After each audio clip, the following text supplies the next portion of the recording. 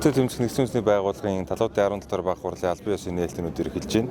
За энэ нь юу гэсэн үг вэ гэхээр COP16 буюу Сауди Арабийн энэ цэцлэг тэмцэх конвенцийг даргалж ирсэн бүрэн эрхийн хугацаа одоо дуусгар болоод Монгол улсын одоо энэ цэцлэг тэмцэх конвенцийг даргалах бүрэн эрхийн хугацаа өнөөдөр эрхэлж байна гэсэн үг.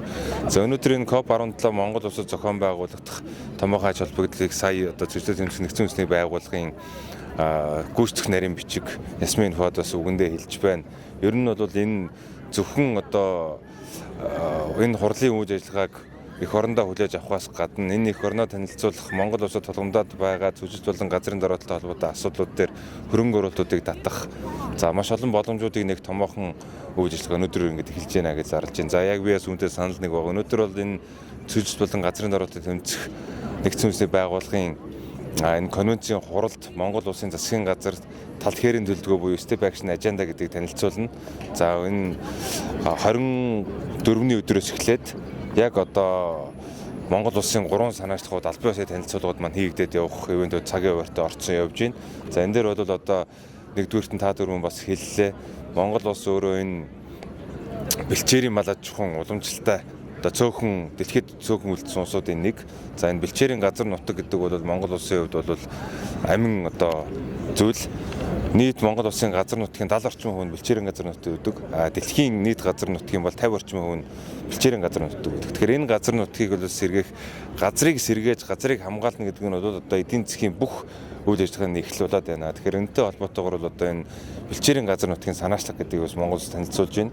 За хоёрдугаарт нь бол одоо усны асуудлыг гаргаж ирж байгаа. Усгүйгээр бол энэ цэцэлт болон газрын дараатлалыг тэмцэнэ гэсэн ойлголт байхгүй. Мэдээж одоо ус гэдэг бол одоо дэлхийн нийт хүн төрөлхтний хувьд бол хамгийн амин чухал зүйл.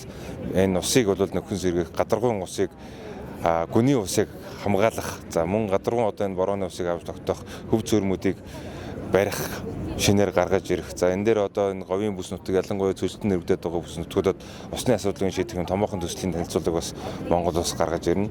За 3 дугаарт нь бол одоо байгаль суурилсан шийдэл буюу nature based solution гэж гаргаж ирж байгаа. Энэ нь бол одоо энэ байгалийн тархвал нөөц буюу нар салхины энэ асуудлыг шийдэж эргээд энэ байгалыг одоо доктортой хөгжлийг яаж дэмжиж болох вэ? Ямар төслүүдийг хэрэгжүүлж болох вэ гэдэг нь томоохон санаачлалыг дэвшүүлж байгаа. Монгол улсын тэргүүлэх төслүүд 4 төсөл байгаа. Энэ төслүүдийг бас танилцуулна.